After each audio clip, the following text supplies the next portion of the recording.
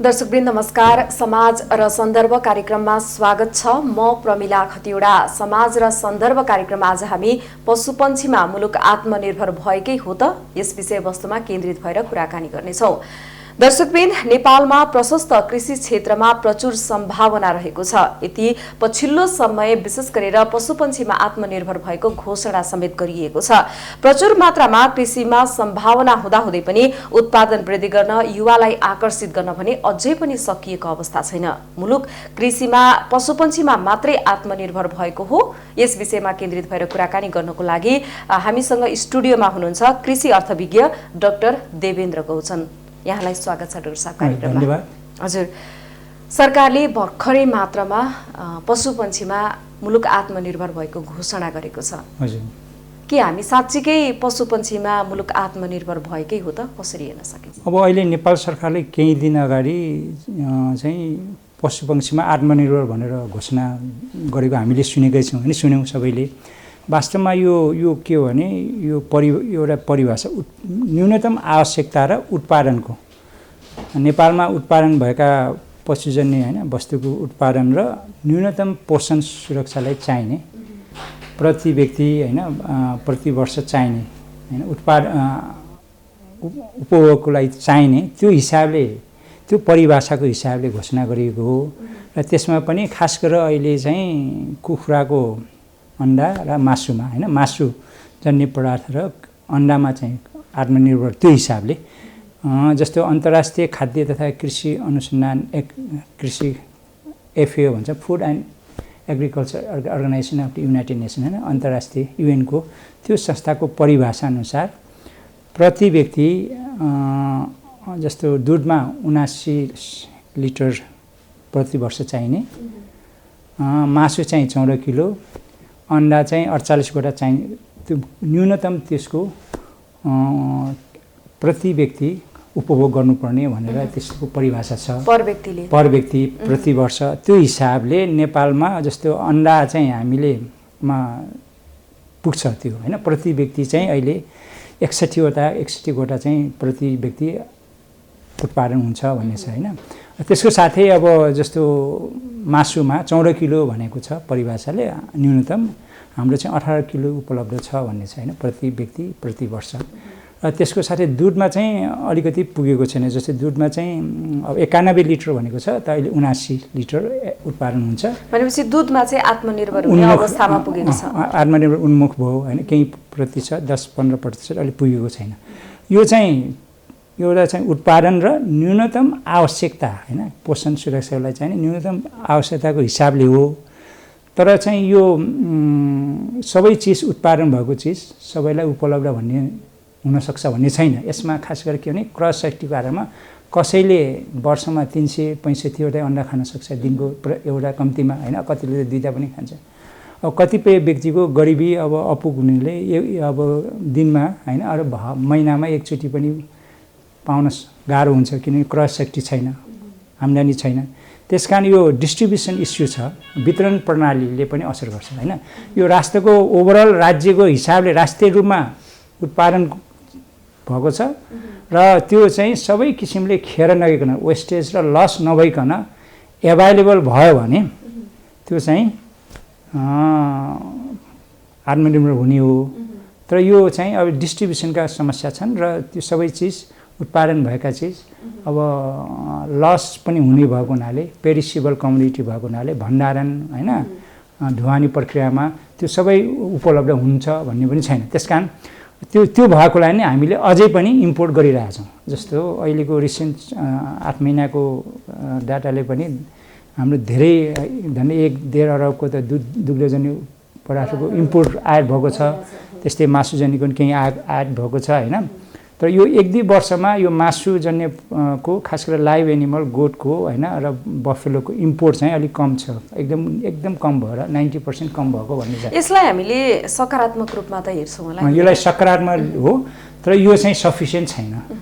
तर हामीले यसलाई कृषिमा यो पशुपन्छीमा आत्मनिर्भर भइसक्दाखेरि घोषणा भइसक्दाखेरि पनि हामीले यसलाई चाहिँ उत्पादन वृद्धि भइसक्ने हामीले चाहिँ निर्यात प्रवर्धनमा जोड दिन पनि त आवश्यक छ होला नि हाम्रो यो आत्मनिर्भर भने भए पनि अझै उत्पादनमा वृद्धि गर्न आवश्यक छ उत्पादन र उत्पादकत्व किनभने प्रति वर्ष हाम्रो माग चाहिँ बढिरहेको छ जस्तो कृषि वस्तु त्यसमा पनि यो लाइभ स्टक यो मिल्क र डेयरी प्रडक्ट्सहरू हैन मासुको चाहिँ के भने इन्कम बढ्यो भने हामीले इकोनोमिक्स चाहिँ इन्कम इलास्टिसिटी अफ डिमान्ड भन्छ माग हैन जति इन्कम बढ्यो यसको माग बढ्छ त्यसकारण शहरीकरण जस्तो अर्बनाइजेसनले गर्दाखेरि धेरै चाहिँ किनेर खानेको हैन जनसङ्ख्या बढेको छ रेमिट्यान्स इन्कमले गर्दाखेरि यसको माग बढेको छ त्यो माग चाहिँ 25% 20 देखि 30% वर्षेनी बढिरहेको छ त्यो मागको पूर्ति गर्नलाई पनि अझै उत्पादन बढाउनु पर्नेछ यो उत्पादन चाहिँ सफिसिएन्ट छैन यो त अहिले न्यूनतम पोषण सुरक्षालाई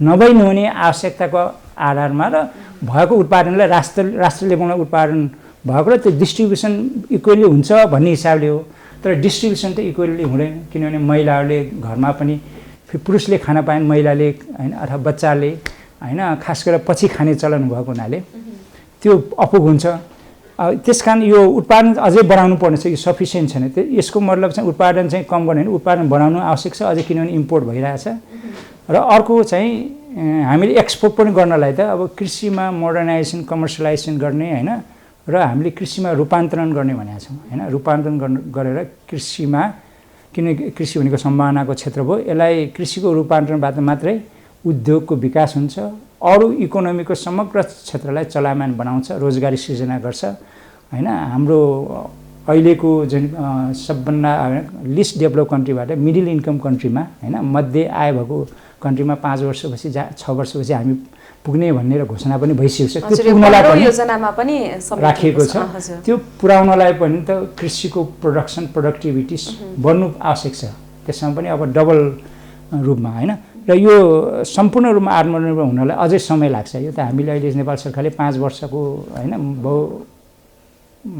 धेरै कृषि वस्तुमा आत्मनिर्भर हुने भनेर 5 वर्षको समय राखेको छ हैन तर 5 वर्षमै हुन सकिन्छ भन्ने पनि छैन किनभने माग अझ बढ्दो छ हाम्रो मुलुक कृषि प्रधान मुलुक हो हामी कृषि चाहिँ अर्थतन्त्रको मेरुदण्डको रूपमा पनि रहेको छ यो हाम्रो कृषिको इतिहास निकै लामो छ निकै लामो समयदेखि हामी आत्मनिर्भरको प्रयासमा छौं त्यही पनि हामी पशुपन्छीमा मात्रै आत्मनिर्भर भएर खुसी हुने त अवस्था छैन नि हामीले त अझै लाखौं छिमेकी मुलुक राष्ट्रबाट हामीले आयात गरिरहेको अवस्था छ मुलुक आत्मनिर्भर कृषिमा आत्मनिर्भर हुन नसक्नुको कारण चाहिँ के रहेको छ अब मुख्य कुरा त अब आत्मनिर्भर कम्प्लिट हुनलाई समस्या भएको अहिले मुख्य त अब हाम्रो यो टेक्नोलोजी प्रविधि चाहिँ एकदम हैन नयाँ प्रविधिको प्रयोग कम छ हाम्रो श्रम शक्तिको पनि हामीले हाम्रो ठुलो हैन जनसङ्ख्या कृषिमा भर परे पनि अब यो कृषिमा श्रम शक्तिको पनि एकदम अभाव हुँदैछ अहिले यो खास गरेर यो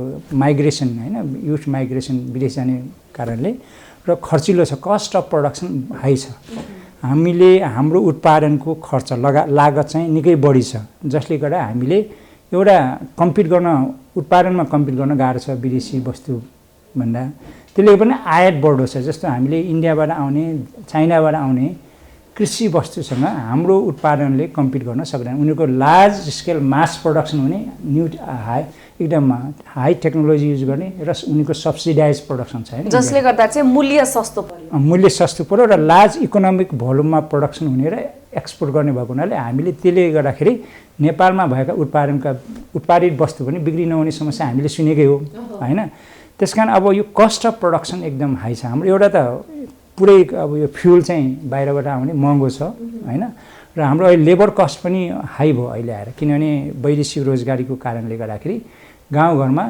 श्रमको मूल्य हैन लेबरको कस्ट अफ अभाव देखियो अभाव मात्र हैन महँगो पनि हो र हाम्रो कृषि पद्धति फेरि एकदम निर्वाहमुखी सब्सिस्टेन्स प्रोडक्सन भएकोले नयाँ टेक्नोलोजी र इकोनोमिक हैन स्केलमा मोडर्नाइज नभएको हुनाले त्यो टेक्नोलोजीको नयाँ टेक्नोलोजी र हैन भन्छ हामीले प्रविधि भन्छौं र पुँजीको पनि अभाव छ इन्भेस्टमेन्टको अभावले गर्दाखेरि हामीले कमर्सियलाइज गर्न सकेनौं इकोनोमिक भोल्युममा प्रोडक्सन हुन सकेन त्यसले गर्दाखेरि कस्ट अफ प्रोडक्सन अब हाई हुने नै भयो प्रफिटेबिलिटी कम छ र यसले गर्दा कम्पिट गर्न नसक्ने पनि भयो हैन त्यस कारण अहिले मेजर इस्यु चाहिँ हामीले भनेको कसरी कस्ट अफ प्रोडक्सन घटाउने, त्यो घटाउन कसरी सकिन्छ भन्दाखेरि नयाँ प्रविधिको प्रयोग र पुँजीको पनि लगानी हुनु पर्यो। किन सानो लगानीले हाम्रो प्रफिटेबिलिटी बनाउन गाह्रो छ। त्यस कारण लार्ज स्केल कमर्सियल प्रोडक्सन भयो भने मात्रै भोल्युममा प्रोडक्सन हुन्छ र हैन कस्टलाई मिनिमाइज हैन ओभरअल प्रफिट मार्जिन चाहिँ बढाउन सकिन्छ भन्ने हो। र हाम्रो अर्को समस्या भनेको नेपालको अब यो इन्फ्रास्ट्रक्चर ट्रान्सपोर्टेसन हैन यो एकदम खर्चिलो छ, सजिलो छैन, एकदम स्काटर प्रोडक्सन हुन्छ।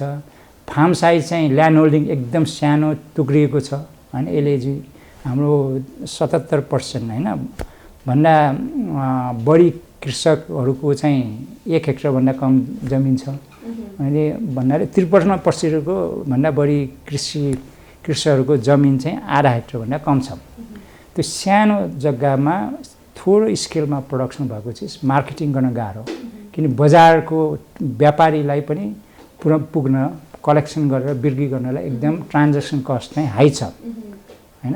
त्यो कलेक्सन गरेर बिक्री गर्नलाई भनेपछि हामीले कृषि क्षेत्रमा प्रचुर मात्रामा सम्भावना हुँदाहुँदै पनि सरकारले नै कृषि क्षेत्रलाई बढी महत्त्व नदिएको हो कि?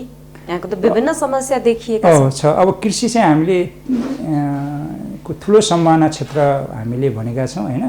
र यसमा कृषिमा एकदम प्रायोरिटी दिने भनेर सरकारले भनेको छ हैन। तैपनि बजेटको इन्भेस्टमेन्ट चाहिँ कम छ कम्प्यारिटिभली। जुन चाहिँ यो कृषिले 60% भन्दा बढी जनसङ्ख्यालाई हैन श्रमलाई त्यसै इन्गेज गराएको छ भन्ने छ, रोजगारी दिन्छ हैन। यसको झन्डै अब 1/3 भनौँ न अहिले 27% चाहिँ कुल राष्ट्र उत्पादनमा कृषिले योगदान पुर्याएको छ। तर त्यो लगानी चाहिँ इन्भेस्टमेन्ट हो, कृषिमा लगानी चाहिँ राष्ट्रिय बजेटको 3% देखि हैन अहिले हाराहारीमा छ। अब सम्पूर्ण अब कृषि भनेर वन अब सिँचाइ सबै गर्दाखेरि 5% भन्दा बढी राष्ट्रिय बजेटको कहिले पनि बढी भएको छैन। त्यसकारणले लगानी इन्भेस्टमेन्ट पनि कम भयो सरकारको लगानी। अर्को सेक्टर भनेको प्राइभेट सेक्टरको इन्भेस्टमेन्ट पनि चाहिन्छ, किनभने सरकारले मात्रै लगानी गर्न पनि सक्दैन, किन एकदम अन्डर इन्भेस्टमेन्ट छ। अब प्राइभेट सेक्टरको इन्भेस्टमेन्ट भनेको एउटा चाहिँ अब हाम्रो ब्याङ्किङ सेक्टरबाट हो। किसानले अथवा उद्यम व्यवसायले लोन लिएर इन्भेस्टमेन्ट गर्ने, त्यो चाहिँ एकदम झन्झटिलो। र ब्याङ्किङ सेक्टरको प्राइभेट सेक्टरको हैन ब्याङ्किङ सेक्टरको इन्भेस्टमेन्ट पनि कम छ। हाम्रो धेरै जसो 20% भन्दा बढी कम किसानहरूको मात्रै संस्थागत लोनमा पहुँच छ हैन।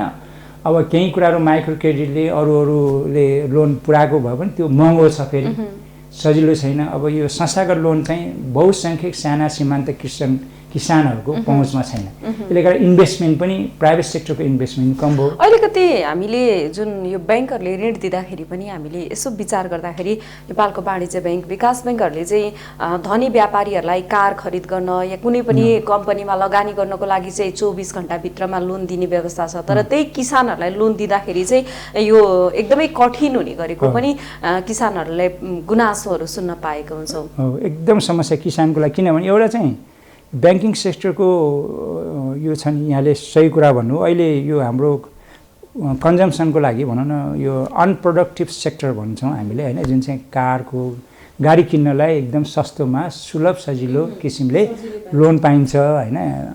तर चाहिँ यो किसानको कृषिमा हामी प्रायोरिटी सेक्टर भनेका छौँ, तर किसानको लागि खास एकदम लोनको पहुँच चाहिँ सहिलो छैन। किनभने यसमा मुख्यतः ब्याङ्किङ सेक्टरले त्यो कोलाट्रल धितो नभई नदिने।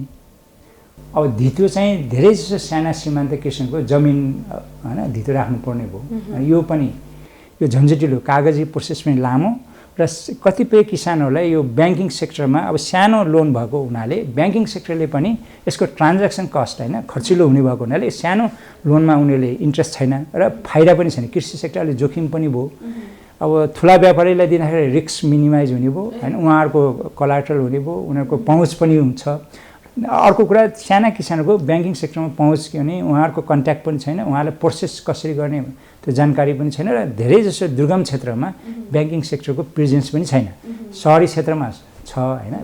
यसको लागि त कृषकहरूलाई सुलभ व्यावसायिक कृषि ऋणको व्यवस्थाको लागि बैंकहरूलाई चाहिँ नियमन गर्न नसकेको जस्तो पनि देखियो। अहिले यो केही रूपमा नियमन गर्न खोजेको छ होइन सरकारले। जस्तो यो वर्षमा अहिले मोनिटरी पोलिसी होइन ले चाहिँ अब सबै कमर्सियल ब्याङ्कले उनीहरूको आफ्नो टोटल इन्भेस्टमेन्टको 15% चाहिँ कृषिमा लगानी गर्नुपर्छ भनेर उनीहरूले अहिले नियमन उहाँहरूले नियम नीति बनाएको छ। तर त्यो कार्यान्वयन हुन सकेको छैन। त्यसमा पनि अझ सहुलियत पनि दिएको छ। जस्तो अहिले त यो वर्ष कोभिडको कारण पनि भयो 5%मा एकदम होइन लोन दिनुपर्ने। अब ब्याङ्किङ सेक्टरको बाँकी मार्जिन चाहिँ सरकारले सब्सिडी रूपमा पे गर्छ ब्याङ्कलाई होइन। त्यो किसिमले अलि सहुलियत रूपमा भए पनि यो कार्यान्वयन पक्ष चाहिँ गाह्रो भएको छ। कारण के हो भने एउटा चाहिँ साना सीमान्त किसानहरूको एउटा उहाँहरूको कागजी प्रोसेस ब्युरोक्रेटिक प्रोसेस कोलाट्रल चाहिने सहिलोसँग ट्रान्जेक्सन नहुने लोन होइन र ब्याङ्किङ सेक्टरको इन्ट्रेस्ट पनि बढी चाहिँ अब ठुलो होइन घर जग्गा होइन गाडीमा चाहिँ हुने।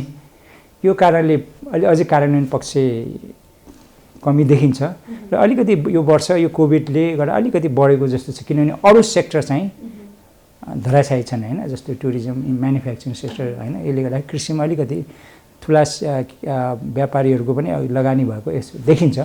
तर यो समस्या छ किनभने यसको लागि सरकारले अब स्ट्रिक्ट रूपमा कार्यान्वयन गर्नुपर्छ। र जस्तो अहिले कोरोनापछि कृषि क्षेत्र नै अन्तिम विकल्प हो है भन्ने किसिमको मान्यता पनि आएको छ।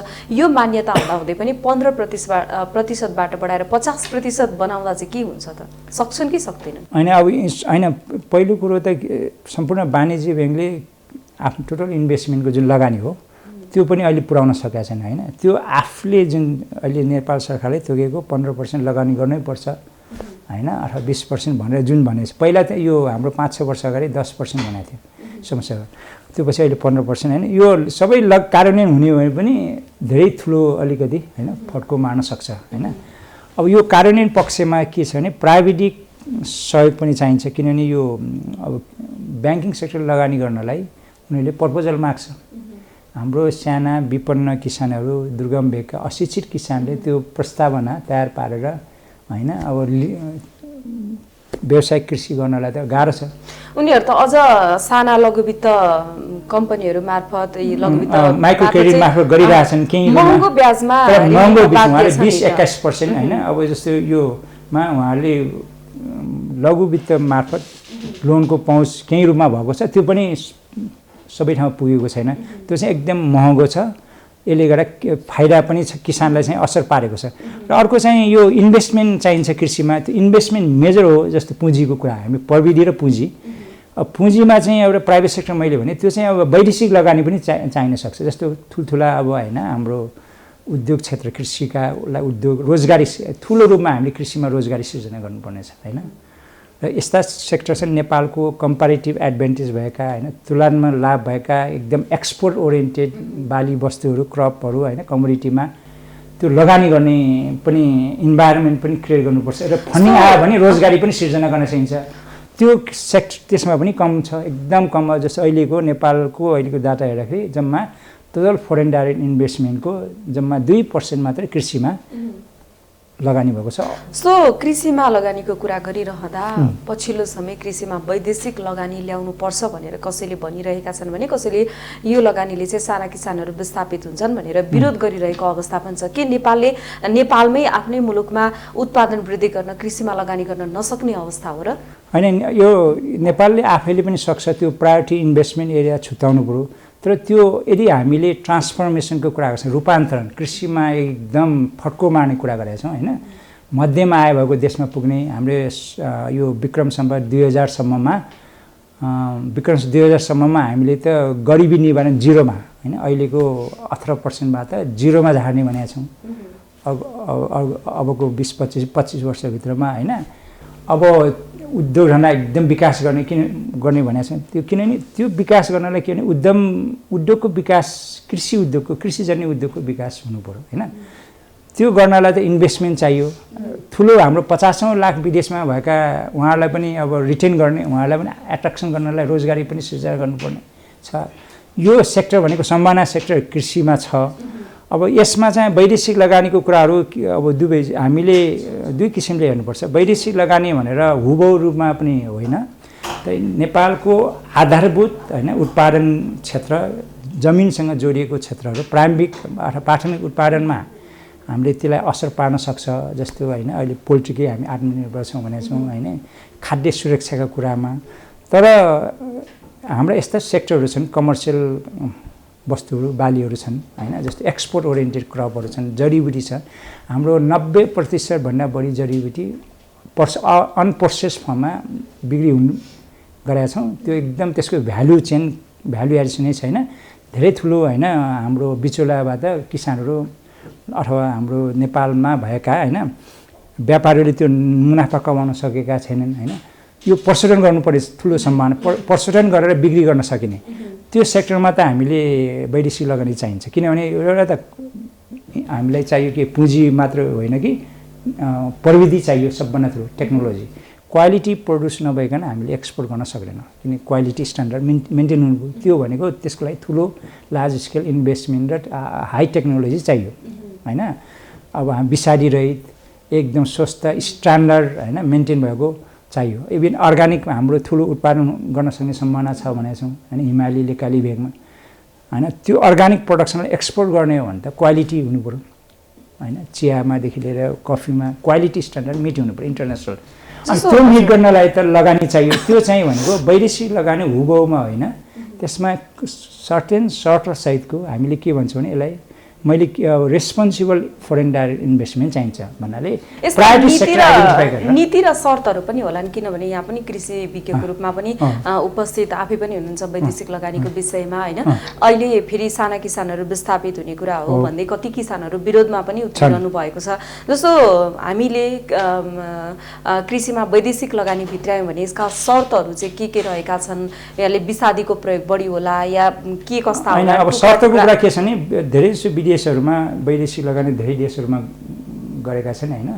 उनको यो वैदेशिक लगानीले इकोनोमीमा त राम्रो ओभरअल भन्ने छ होइन, तर त्यसले केही नेगेटिभ इम्प्याक्ट पनि पार्छ। जस्तो साना सीमान्त अब जस्तो खास गरेर प्राथमिक आधारभूत उत्पादन जुन चाहिँ ल्यान्डसँग जोडिएको जमिन किनेर गर्ने भएपछि त्यसले धेरै अब जहाँको ल्यान्डको जुन चाहिँ ओनरसिप हुन्छ नि, टेन्युर्स क्लियर छैन, जमिनमा स्वामित्वको कुरा हुन्छ नि, त्यसले विस्थापित गर्न सक्छ, सुकुम्बासीहरूलाई असर पार्न सक्छ होइन। अरू साना सीमान्त व्यवसायिक किसानहरूलाई त्यसको उनीको रोजगारी हटाउन सक्छ र वातावरणमा प्रदूषण गर्न सक्छ भन्ने हो। त्यो नेगेटिभ इम्प्याक्ट र सामाजिक हिसाबले उनीको अब जस्तो ह्युमन राइट्सको कुराहरू पनि छन्। विदेशमा धेरै हामीले जस्तो मलेसिया इन्डोनेसियातिर पाम आयलमा ठुलो लगानी छ। हामीले अहिले होइन वैदेशिक लगानी हुन्छ होइन, र अरू विभिन्न देशहरूमा वैदेशिक लगानीबाट केही फड्को मारेको छ, तर त्यसको नेगेटिभ इम्प्याक्ट छ। त्यस कारण हामीले नेपालमा वैदेशिक लगानी भित्राउँदाखेरि हाम्रो के हो भने आफ्नो देशको नियम कानुन आफ्नै खाले शर्त हुनुपऱ्यो, जुन चाहिँ जसले रेस्पोन्सिबल इन्भेस्टलाई यो चाहिँ यो विस्थापित पनि नगर्ने, इन्भाइरोमेन्टल असर नगर्ने र जहाँ चाहिँ बहुसङ्ख्यक आधारभूत होइन खाद्य सुरक्षा र होइन किसानसँग उनीहरूलाई विस्थापित नगर्ने क्षेत्रहरू आइडेन्टिफाई गर्ने। खास गरेर सेकेन्डरी र टर्सरी सेक्टर भन्छौँ, प्रशोधन एग्रिकल्चर प्रोडक्सनको कलेक्सन, एग्रिगेसन, प्रोसेसिङ गर्ने र मार्केटिङ गरेर बिक्री गर्ने चाहिँ त अहिले पनि कानुनले खुला छ होइन। उत्पादन प्रारम्भिक आधारभूत उत्पादनमा नदिने भनेको त्यसमा पनि अस्तिको नेपाल सरकारको क्याबिनेट डिसिजनबाट 75% एक्सपोर्ट गर्ने र 50 करोडको स्थिर पुँजी भयो भने दिने भन्ने छ। त्यसमा पनि अब कानुन चाहियो होइन। त्यसमा अझ छलफलको विषय छ, त्यसमा केही विरोधहरू आएको छन्। अब हामीले कुन सेक्टर आइडेन्टिफाई गर्नु पर्यो। कृषि भनेको एकदम जटिल बृहत विविधतायुक्त क्षेत्र हो। कृषि भनेको एउटै होइन, एउटै बास्केटमा राख्न सकिँदैन। यसको लागि प्रायोरिटी सेक्टर कुन चाहिँ एक सेक्टरमा डोमेस्टिक इन्भेस्टमेन्ट चाहिन्छ, कुन सेक्टरमा वैदेशिक भनेर छुट्याउनु पर्यो होइन। छुट्याएर त्यो किसिमको रेस्पोन्सिबल बनाउने र नियमन गर्ने प्रक्रिया हुनु पर्यो। त्यसमा पनि क्षमता राज्यको त्यो सरकारको हाम्रा क्षमता पनि चाहियो, त्यो नियमन गर्ने अनुगमन गर्ने क्षमता क्यापासिटी बिल्ड हुनु पर्यो होइन। त्यो खाली गरेर रेस्पोन्सिबल इन्भेस्टमेन्ट गर्न सक्यो भने हुन्छ। जस्तो केही प्रोसेसिङ सेक्टरमा हामी गर्न सक्छौँ। अहिले फर्टिलाइजरको ठुलो हाहाकार छ, फर्टिलाइजर इन्डस्ट्रीमा गर्न सकिन्छ होइन, मल कारखाना खोल्नेलाई। अब जस्तो चिज हाम्रो याक चिजको ठुलो डिमान्ड छ बाहिर, हाम्रो हिमालयन याक चिज त्यसमा गर्न सकिन्छ। तर त्यो फेरि फरेन डाइरेक्ट इन्भेस्टमेन्ट विदेशी कम्पनीकोलाई डाइरेक्ट नगरिकन जोइन्ट भेन्चरमा पार्टनरसिपमा होइन गर्न सक्यो भने डोमेस्टिक जस्तो इन्टरप्रेनर्सहरूको उद्योगीहरू सहकारीहरूलाई पनि इन्भल्भ गरेर कन्ट्र्याक्ट फार्मिङबाट किनिदिने, प्रोडक्सन सेक्टरमा उनीहरूको इन्भल्भमेन्ट नहुने तर मार्केटिङ र प्रोसेसिङ सेक्टरमा, जस्तो अहिले हाम्रो डेरीमा हेऱ्यो भने हाम्रो धेरै दुधहरू अहिले केही पदार्थहरू बिक्री नभएको भन्ने छ होइन, त्यसलाई प्रोसेसिङ गरेर मार्केटिङ गरेर बिक्री गर्न सक्ने र इन्टरनेसनल मार्केट फेरि अर्को फर एफडिआईको एउटा फाइदा के भने इन्टरनेसनल उनी विदेशबाट हुने इन्टरनेसनल मार्केटको पहुँच पनि हुनसक्छ, फाइदा त्यो छ होइन। त्यो हुन सक्ने कम्पनीहरूलाई भित्राउन सक्यो भने हो, तर हुबहुरूमा गराएर त्यो फाइदा छैन खास गरेर भन्ने हो। विशेष गरेर मुलुक चाहिँ कृषिमै निर्भर रहेको अवस्थामा विशेष गरेर कृषिलाई मैले यहाँ कृषि वैज्ञानिक पनि हुन्छ निकै लामो समय कृषिमा आबद्ध भएको कारण मैले यहाँलाई सोध्न चाहेँ, विगतलाई हेर्दाखेरि अहिलेसम्म आइपुग्दाखेरि कृषिमा जसरी हामीले आधुनिकीकरण गर्नुपर्छ, यान्त्रिकीकरण गर्नुपर्छ भनेर भनिरहँदा योतर्फ उन्मुख भइरहेको छ कि छैन? जस्तो हामीले कृषिमा अहिले युवाहरूलाई आकर्षित गर्न सकिरहेका छैनौँ, वैदेशिक रोजगारीको लागि नेपाली जनशक्तिहरू युवाहरू विदेश पलायन भइरहेको अवस्थामा हाम्रो कृषि चाहिँ कतातर्फ उन्मुख भइरहेको देख्न सक्छौँ? अब हाम्रो होइन अहिलेको कृषि केही समय यो अलिकति यान्त्रिकरणको होइन प्रचार प्रसार भइरहेको छ, केही सुरुवात भएको छ यान्त्रिकरण होइन, केही रूपमा आधुनिकीकरण, तर त्यो एकदम सफिसियन्ट छैन, एडुकेट छैन। त्यो सानो स्केलमा ठाउँ ठाउँमा स्काटर रूपमा अब युवाहरू अथवा हाम्रा नेपाली कृषकहरू कृषि उद्यमीहरू होइन व्यवसायहरू लाग्नु भएको छ। जस्तो टनेलका खेती होइन, टनेलमा उत्पादन गर्ने, जस्तो अघि भन्नुभयो हामीले जस्तो कृषि फार्महरू खोलेर होइन ठुल्ठुला अब पशु पक्षीको पालन गर्ने होइन, यो बागवानीहरू स्याउदेखि लिएर विभिन्न होइन पशु पक्षीको पालन अलिकति आधुनिक कृषि फार्म दर्ता गरेर गर्ने केही चलन आएको छ।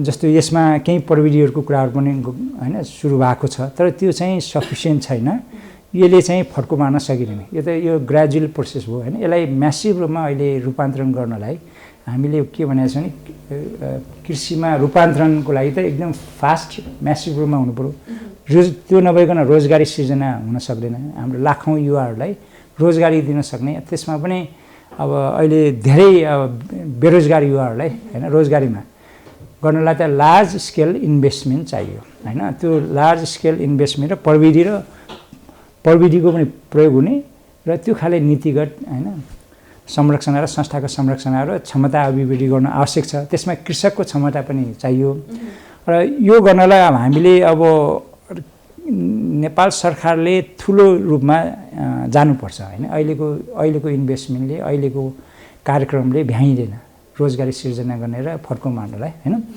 र त्यसमा अब प्राइभेट सेक्टरलाई पनि इन्भाइरोमेन्ट क्रिएट गरिदिनु पऱ्यो, किनभने प्राइभेट सेक्टरको पनि लगानी नभइकन हुन्न।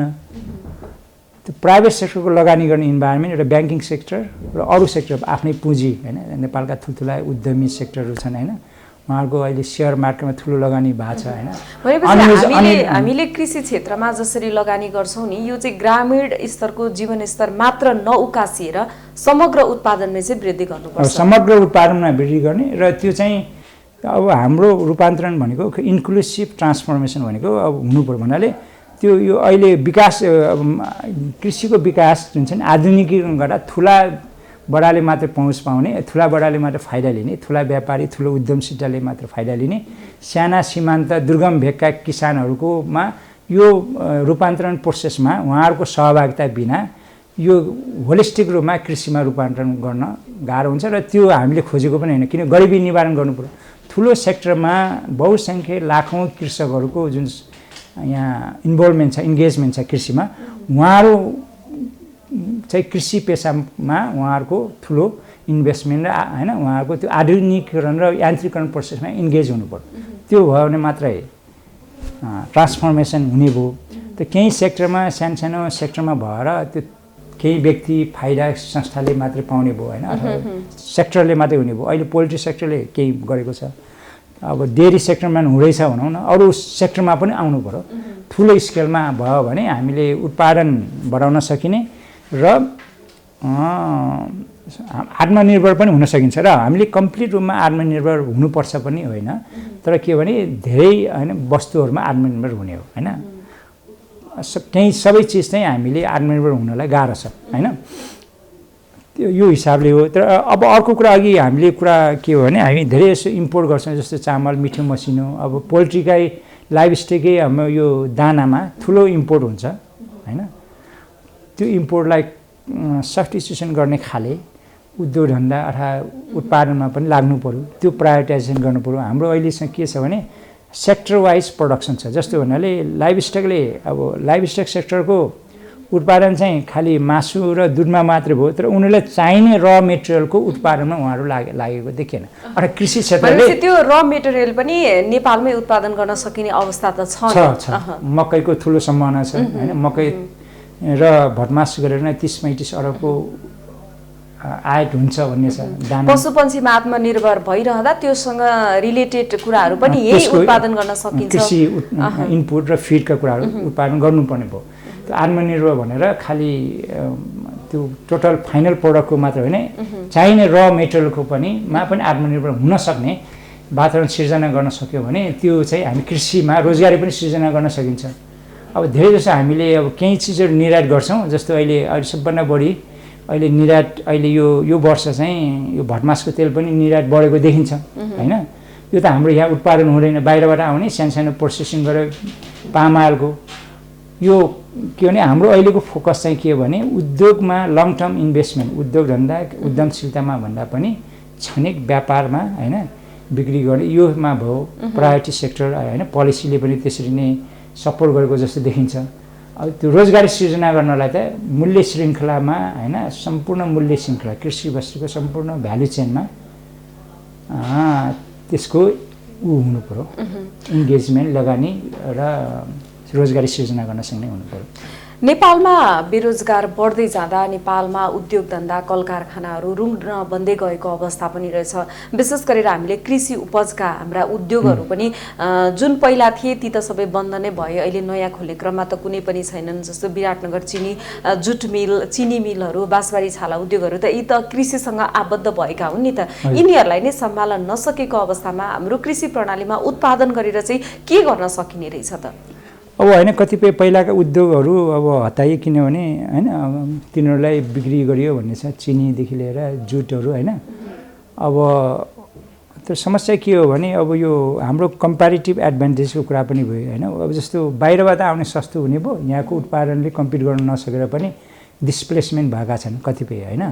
त्यस कारण अब यसको लागि चाहिँ एउटा चाहिँ हामीले कस्ट अफ प्रडक्सन घटाउने उपाय सोच्नु पऱ्यो। त्यो भनेको प्रविधि र न्यू टेक्नोलोजी होइन, रिसर्च र एक्सटेन्सनमा एजुकेसनमा इन्भेस्टमेन्ट गराएर नयाँ टेक्नोलोजीको युज गर्ने, इकोनोमिक भोल्युम र स्केलमा प्रोडक्सन गर्ने, मार्केटिङ प्रोसेसिङ गर्ने होइन, क्वालिटीको स्ट्यान्डर्ड मिट गर्ने हो।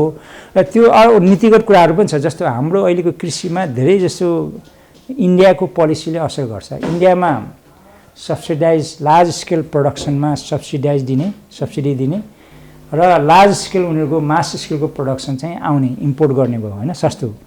अब यसमा यसले गर्दाखेरि हाम्रा लोकल प्रोडक्सन उद्योगहरू पनि धराशायी हुने अवस्था भयो, कम्पिट गर्न नसकेर। यसमा त हाम्रो अब यो पोलिसी छ, जस्तो ट्रेडका पोलिसी, अब यो जुन छ नि एक्सपोर्ट इम्पोर्टका ट्यारिफ पोलिसिसका कुराहरूमा पनि हेर्नुपर्ने हुन्छ होइन। अब यो कुन वस्तुलाई हाम्रो कम्पेरिटिभ एडभान्टेज छ, कुन यहाँ उत्पादन गर्न सकिन्छ, त्यसलाई अलिकति सहुलियत दिने त्यो उद्योगलाई होइन, त्यो खाले नीतिगत संरचनाहरू विकास गर्नु पर्यो। किसानलाई पलायन हुनको लागि नेपालका व्यापारीहरूको पनि ठुलो हात छ कि? अहिले हाम्रो के छ भने व्यापारी भन्नाले हाम्रो उद्योगी लङ टर्म इन्भेस्ट गरेर उद्यमशीलताको सत्तामा हाम्रा धेरै जसो क्षणिक इम्पोर्ट गरेर एक्सपोर्ट गर्ने मात्रै, त्योमा हाम्रा धेरै जसो व्यवसायहरू व्यापार क्षेत्रमा बढी लगानी भएको देखिन्छ होइन। तर लङ टर्म इन्भेस्टमेन्ट गरेर उद्योग सिर्जना गर्नेमा अलि इन्सेन्टिभाइज छैन। यो विगतमा त अब कन्फ्लिक्टले गर्दा पनि भयो र अहिलेको पनि लङ टर्म इन्भेस्टमेन्ट गर्ने वातावरण अझै बनेको छैन। विभिन्न कारणहरू छ, सरकारको नीतिगत संरचना सपोर्ट पनि भएन लङ टर्म इन्भेस्टमेन्टलाई चाहिने। अब केही वर्ष अगाडिसम्म त हाम्रो इलेक्ट्रिसिटी होइन लोड सेडिङको समस्या थियो, अहिले त अलि राम्रो छ होइन। अरू तर इन्फ्रास्ट्रक्चरको पनि अलिक कमी छ र त्यो खाले नीतिगत सपोर्ट टेक्निकल सपोर्ट पनि चाहियो प्राविधिक व्यापारीलाई अथवा उद्योगीलाई सपोर्ट गर्नलाई प्राविधिक सेवा सुझाव दिने त्यो खाले रिसर्चको पनि कमी छ। हाम्रो अहिलेको फोकस चाहिँ अनुसन्धानमा हामीले प्रविधिकीमा भने खालि प्रोडक्सन साइडको मात्रै प्रविधिको विकास गऱ्यौँ।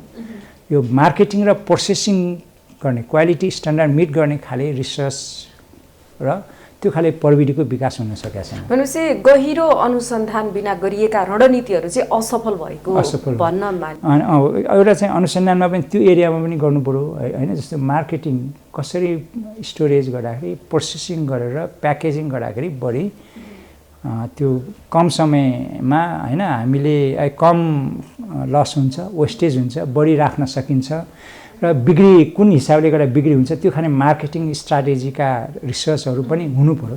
त्यो चाहिँ पब्लिक सेक्टरले मात्रै गर्न गाह्रो हुन्छ। प्राइभेट सेक्टरसँग जोइन्ट भेन्चरमा जाने पार्टनरसिपमा त्यो खाले अनुसन्धान गरेर त्यो खाले इन्फर्म डिसिजन भयो भने पोलिसी मेकिङलाई सहिलो हो।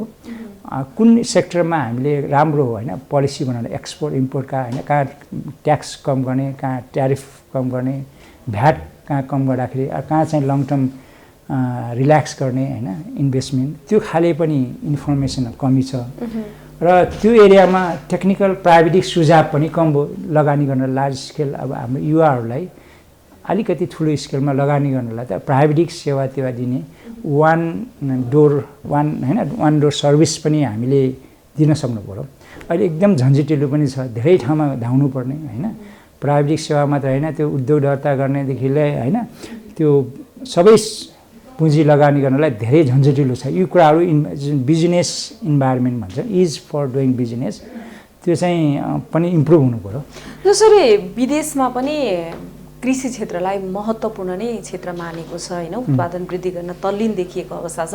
कृषिमा विभिन्न प्रविधिहरू प्रयोग पनि गरिरहेको अवस्था छ। विदेशको तुलना गर्दा नेपालको कृषि अवस्था कस्तो रहेको छ, किन सकिरहेको छैन हामी त्यो कम्पिटिसन? अब एउटा मैले अघि भनिराखेँ अरू जस्तो विदेशमा त उनीहरूको त्यही हो लङ टर्म अब एउटा चाहिँ इन्भेस्टमेन्ट रिसर्चको एकदम राम्रो र हाई टेक्नोलोजीको छ प्रविधि छ होइन। उहाँहरूको लार्ज स्केल इन्भेस्टमेन्ट रिसर्चमा नीतिगत राम्रो कुराहरू होइन ले गर्दाखेरि भयो। र हाम्रो मुख्य समस्या भनेको यो अब यो पोलिसीगत कुराहरूमा सुझाव र अब मैले भने प्रविधि र पुँजीको मात्र होइन अरू चिजहरूमा जस्तो अब हाम्रो इन्फ्रास्ट्रक्चर र ट्रान्सपोर्टेसन यो कस्टहरू पनि हाई छ कि हाम्रो इन्फ्रास्ट्रक्चरको पनि चाहिन्छ। जस्तो एउटा कृषिमा उद्यमशीलता विकास गर्नलाई इन्फ्रास्ट्रक्चर सपोर्ट जस्तो इलेक्ट्रिसिटीदेखि लिएर इरिगेसनका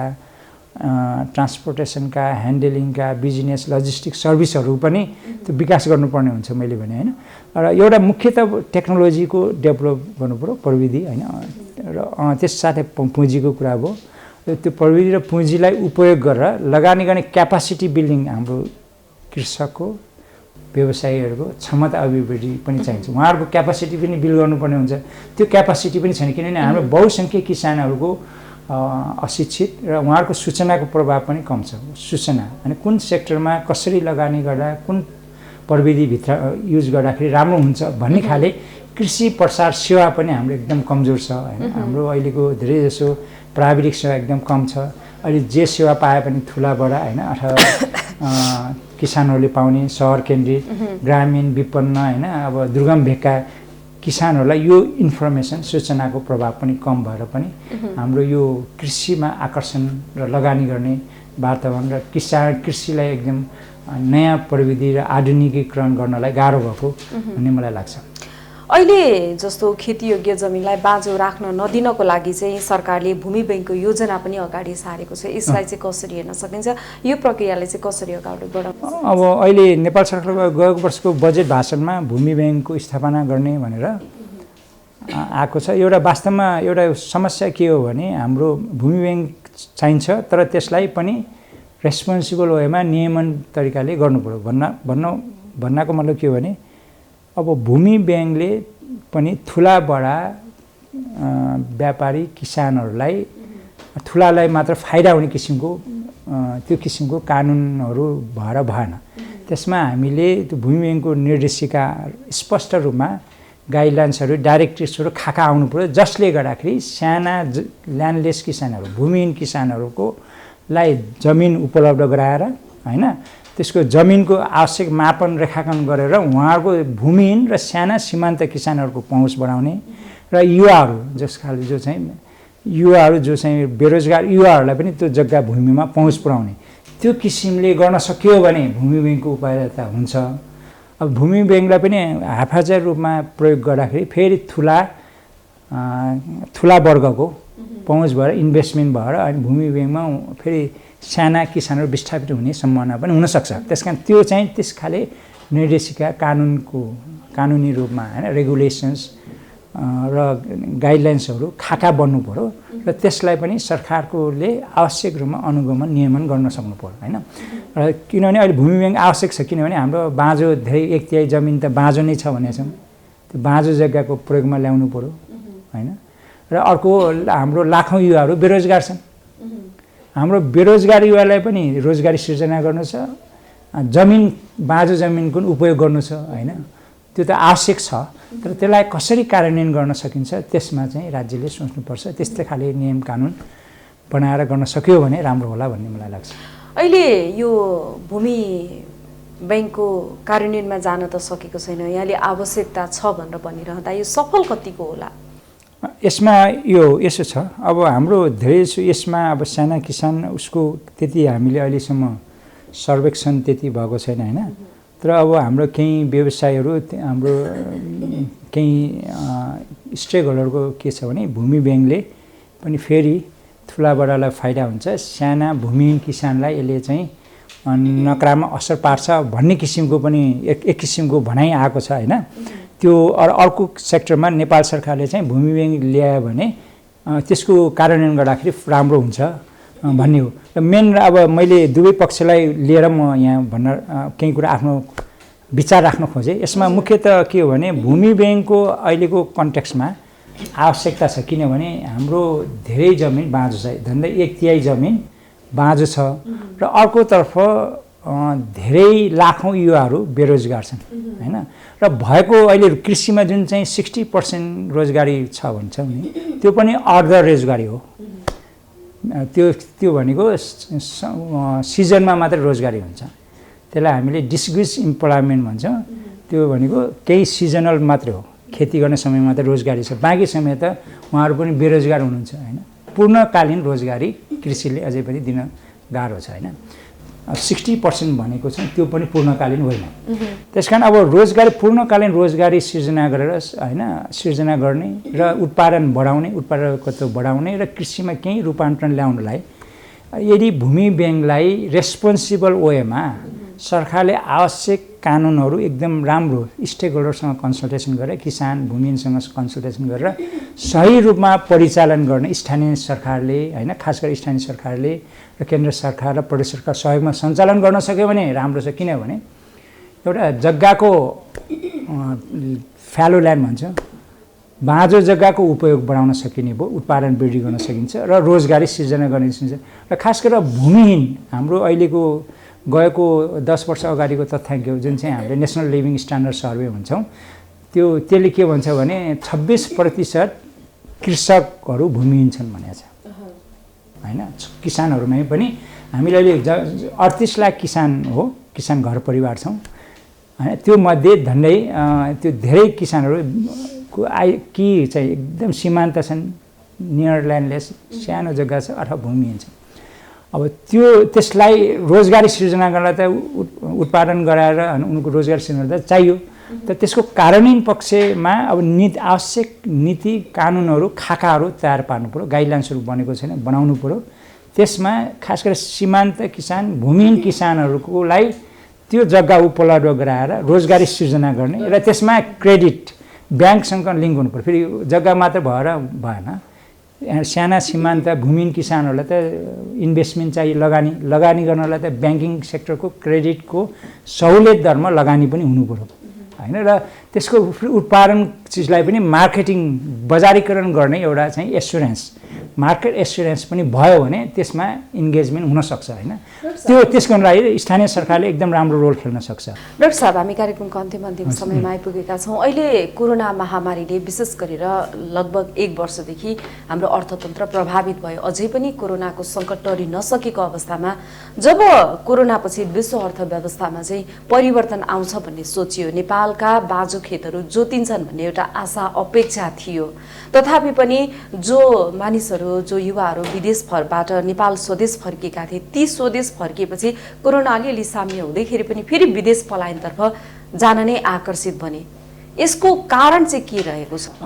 एकदम सही कुरा भन्नु। हामीले चाहिँ यो कोरोनाको कारणले धेरै विदेशमा हुने युवाहरू फर्किने ट्रेन्डमा थियो, केही फर्के पनि। अब यसले हामीले मुख्यतः के हो भने नेपाल सरकारले, राज्यले त्यो खालि स्पेसल होइन प्याकेजमा ठुलो स्केलमा इन्भेस्टमेन्ट एट्र्याक्सन गर्ने त्यो होइन विदेशमाबाट पलायन भएका र स्वदेशमै भएका युवाहरू, बेरोजगार युवाहरूलाई एट्र्याक्सन गर्ने कार्यक्रम आएन कि, र त्यसमा एउटा कार्यक्रममा आएन। अर्को चाहिँ दोस्रो चाहिँ कृषिमै इन्भल्भ भएकालाई पनि स्पेसल, जस्तो व्यवसायहरू, किसानहरूलाई पनि राहत, जुन अरू कन्ट्रीमा युएसएमा इन्डियामा ठुलो राहत छ दियो साना स्मल स्केल इन्टरप्राइज होइन किसानलाई, त्यो राहत चाहिँ यहाँ हुन सकेन। एउटा यहाँ नेपालले दिएको भनेको त्यो एउटा लोनमा अलिकति सब्सिडाइज लोन दिने भन्ने कुरा हो, त्यो पनि कार्यान्वयन हुन सकेन होइन। त्यो राहतका प्याकेज आउन सकेन। यसले गर्दा पनि र लार्ज स्केल नेसनल लेभलमा ठुलो स्केलमा इन्भेस्टमेन्ट कृषिमा प्रायोरिटी एग्रिगेट इन्टिग्रेटेड रूपमा आउन नसकेको हुनाले त्यो लगानी बजेट व्यवस्था हुन नसक्ने र त्यो खालि इनेबलिङ इन्भाइरोमेन्ट प्राइभेट सेक्टर पार्टनरसिपमा गर्न सकिन्थ्यो होइन। त्यो नभएको हुनाले युवाहरू त्यसमा कृषि सेक्टरमा फेरि आकर्षण हुन सकेनन् होइन। उयो ट्रेडिसनल वेमा गर्नलाई त उहाँहरूलाई त्योभन्दा बरु विदेशै जाने भन्ने किसिमको ट्रेन्ड बढ्यो। यसले गर्दाखेरि कृषिमा सम्भावनाको क्षेत्र एकदम थियो र केही सेक्टरमा अब छ, जस्तो केही उद्योग धन्दा केही युवाहरू लागेका छन् कृषिमा, त्यो भनेको एकदम सानो, त्यो चाहिँ एडुकेट सफिसियन्ट छैन। त्यसकारण अब त्यसको लागि राज्यले ठुलो रूपमा कार्यक्रमहरू ल्याउनुपर्छ होइन, लगानी गर्नुपर्छ र युवाहरूको होइन स्वरोजगार होइन रोजगारी सिर्जना गर्नुपर्छ भन्ने मलाई लाग्छ। त्यो नभइकन अब यो हामीले भनेका रूपान्तरण होइन राहत पनि दिने रूपान्तरणबाट मात्रै कृषिमा हामीले समृद्धि ल्याउन सकिन्छ, नत्र भने गाह्रो हुन्छ भन्ने हो। हस्, हाम्रो कार्यक्रमको निर्धारित समय सकिएको छ। स्टुडियो समाइदिनु भयो, धेरै धेरै धन्यवाद। यहाँलाई पनि माउन्टेन टिभीलाई मेरो आफ्नो केही कुराहरू राख्न दिनुभएकोमा माउन्टेन टिभी परिवारप्रति धन्यवाद छ। दर्शकवृन्द, समाज र सन्दर्भ कार्यक्रममा आज हामीले विशेष गरेर कृषि क्षेत्र सम्भावना र अवसरको क्षेत्र हुँदाहुँदै पनि किन आत्मनिर्भर बन्न सकिरहेका छैनौँ, युवाहरूलाई किन कृषि पेसामा आबद्ध गर्न सकिरहेका छैनौँ, आकर्षण गर्न किन सकिरहेका छैनौँ, यस विषयवस्तुमा केन्द्रित भएर कुराकानी गर्यौँ। यसका लागि हामीसँग हुनुहुन्थ्यो कृषि अर्थविज्ञ डाक्टर देवेन्द्र गौसन। कार्यक्रमबाट म प्रमिला खतिवडा पनि बिदा हुँदैछु। हेर्दै रहनुहोला माउन्टेन टेलिभिजन। नमस्कार।